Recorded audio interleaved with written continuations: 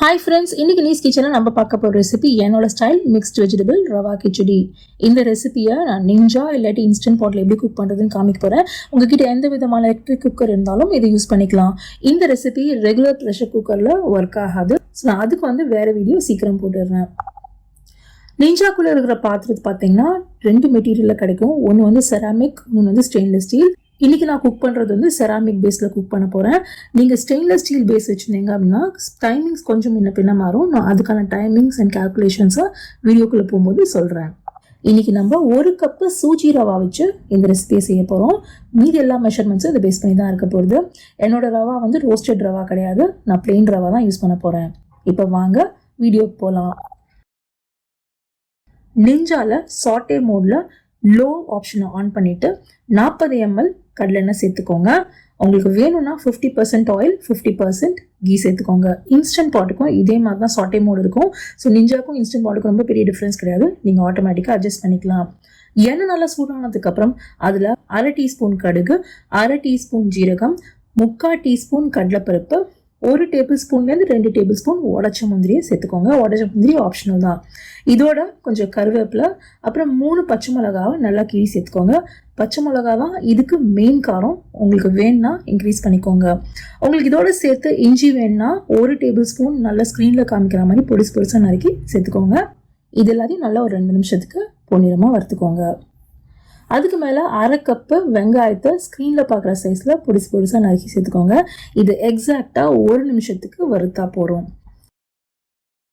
அதுக்கப்புறமா சாட்டே மோட ஆஃப் பண்ணிவிட்டு நம்ம வெஜிடபிள்ஸை சேர்க்க வேண்டியதான். வெஜிடபிள்ஸ் கணக்கு அப்படின்னு பார்த்தீங்கன்னா 1 கப்பு ரவாக்கு 1 கப்புலேருந்து 2 கப் வரைக்கும் வெஜிடபிள்ஸ் சேர்த்துக்கலாம். கப் மெஷர்மெண்ட்ஸ் அப்படின்னு பார்த்தீங்கன்னா நறுக்கினதுக்கப்புறம் நான் சொல்கிற cup measurements. Minimum 1 cup vegetables சேர்த்தா தான் இந்த ரெசிபி கரெக்டாக இருக்கும். இன்றைக்கி நான் உருளைக்கிழங்கு பட்டாணி சேர்க்குறேன். பட் உங்களுக்கு எக்ஸாம்பிளுக்காக கேரட், பீன்ஸ், கேப்சிகம் அதெல்லாம் எப்படி கட் பண்ணலான்னு காமிச்சிருக்கேன். இப்போ நான் ஸ்க்ரீனில் காமிக்கிறதுல எந்த வெஜிடபிள்ஸ் வேணாலும் நீங்கள் சேர்த்துக்கலாம். நான் டிஸ்கிரிப்ஷன் பாக்ஸில் என்னெல்லாம் வெஜிடபிள்ஸ் ஆட் பண்ணலான்னு கொடுத்துட்டு வரேன். நீங்கள் அதுக்கேற்ற மாதிரி மிக்ஸ் அண்ட் மேட்ச் பண்ணிக்கோங்க. இந்த வெஜிடபிள்ஸ் சேர்த்ததுக்கப்புறம் அதுக்கு மேலே ஒரு 1/2 டீஸ்பூன் மஞ்சள் பொடி சேர்த்துக்கலாம். அதை ஒரு வாட்டி நல்லா மிக்ஸ் பண்ணிவிட்டு இதுக்கு மேலே 1 கப்பு ரவாக்கு 1 கப்பு தக்காளி சேர்த்துக்கலாம். நல்லா பழுத்த தக்காளி எடுத்துக்கோங்க. ஸ்க்ரீனில் பார்க்குற மாதிரி நல்லா சாப் பண்ணி சேர்த்துக்கோங்க. அதுக்கு மேலே நான் 1 டீஸ்பூன் உப்பு சேர்த்துக்கிறேன். உங்களுக்கு வேணால் எக்ஸ்ட்ரா சேர்த்துக்கோங்க. இந்த உப்பு ரவைக்கும் வெஜிடபிள்ஸ்க்கும் சேர்த்து தான். சப்போஸ் உங்களுக்கு சரியாக போட தெரியலனா ரவை மிக்ஸ் பண்ணதுக்கப்புறம் கூட நீங்கள் அட்ஜஸ்ட் பண்ணிக்கலாம். இப்போ குக்கரை போட்டு நல்லா மூடிட்டு ப்ரெஷர் குக்கர் மோடில் ஹை ஆப்ஷனில் 2 மினிட்ஸ் வச்சுக்கோங்க. ப்ரெஷர் குக்கர் ஆஃப் ஆன உடனே உங்களுக்கு டைம் இருந்ததுன்னா நேச்சுரல் ப்ரெஷர் ரிலீஸ் ஆகிற வரைக்கும் வெயிட் பண்ணுங்கள். இல்லை எனக்கு டைம்லாம் கிடையாது அப்படிங்கிறவங்க 5 மினிட்ஸ்க்கு அப்புறம் குவிக் ரிலீஸ் பண்ணி விட்டுருங்க. இப்போ குக்கரை திறந்து பார்த்தீங்கன்னா வெஜிடபிள்ஸ் ஆல்மோஸ்ட் குக் ஆகிருக்கும். உங்களுக்கு கொஞ்சம் தண்ணியும் ஜென்ரேட் ஆகிருக்கும். அந்த தண்ணியை நம்ம தண்ணி கால்குலேஷனுக்கு யூஸ் பண்ண வேண்டாம்.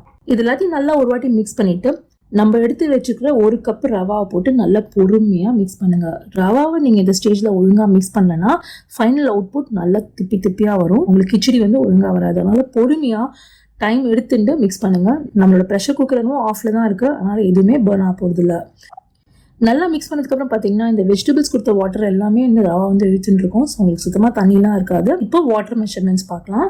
நீங்கள் செராமிக் பேஸ் குக்கர் யூஸ் பண்ணீங்க அப்படின்னா 1 கப்பு ரவாக்கு 2 கப்பு தண்ணி சேர்த்துக்கணும். நீங்கள் ஸ்டெயின்லெஸ் ஸ்டீல் பேஸ் யூஸ் பண்ணிங்கன்னா 1 கப்பு ரவாக்கு 2.25 கப்புலேருந்து 2.5 கப் வரைக்கும் தண்ணி தேவைப்படும். இந்த 2.25லேருந்து 2.5 கப்பு டிஃப்ரென்ஸ் எதுக்குன்னா உங்கள் வெஜிடபிள்ஸ் கொடுக்குற வாட்டரை பொறுத்து இது கொஞ்சம் முன்ன பின்ன வரும்.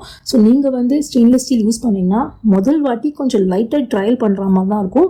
பட் செகண்ட் டைம் உங்களுக்கு இது செட் ஆகிடும். இப்போ நம்ம 2 கப்பு தண்ணி எடுத்து வச்சுருக்கோம். அதை அப்படியே மேலே தள்ள விடாமல் 1/4 கப்பாக போட்டு பொறுமையாக மிக்ஸ் பண்ணுங்கள். அப்போ தான் உங்களுக்கு ஃபைனல் அவுட்புட்டில் லம்ஸ் இல்லாமல் இருக்கும்.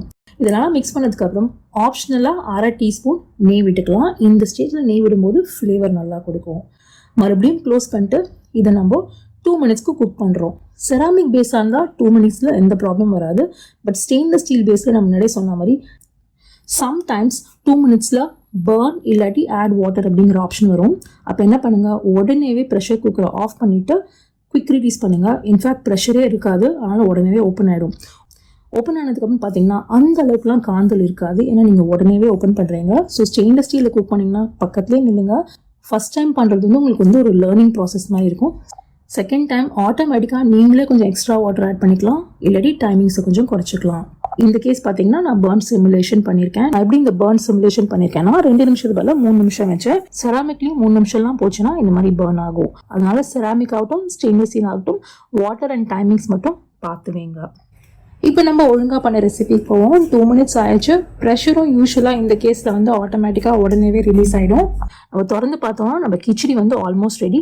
சம்டைம்ஸ் மேலே கொஞ்சம் எக்ஸஸ் வாட்டர் முதங்கலாம். அதை பற்றி கவலைப்படாதீங்க. நீங்கள் ஒரு வாட்டி மிக்ஸ் பண்ணிட்டீங்கன்னா அந்த வாட்டர்லாம் இமீடியட்டாக உறிஞ்சிரும்.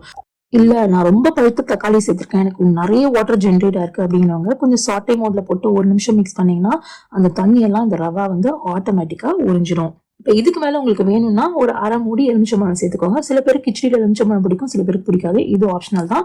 அதுக்கும் மேலே உங்களுக்கு இன்னும் நல்ல நெய்யோட வேணும் அப்படின்னா நல்லா ஒரு அரை டீஸ்பூன் நெய் சேர்த்துக்கோங்க. ஃப்ளேவர் நல்லா இருக்கும்.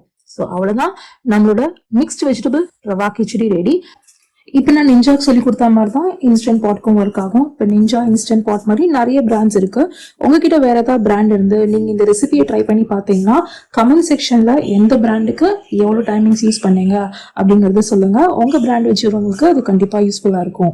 உங்களுக்கு இந்த வீடியோ யூஸ்ஃபுல்லா இருக்கும்னு நினைக்கிறேன். செஞ்சு பார்த்தீங்கன்னா கமெண்ட் செக்ஷன்ல சொல்லுங்க. உங்களை சீக்கிரம் உங்க வீடியோவை சந்திக்கிறேன். See you soon.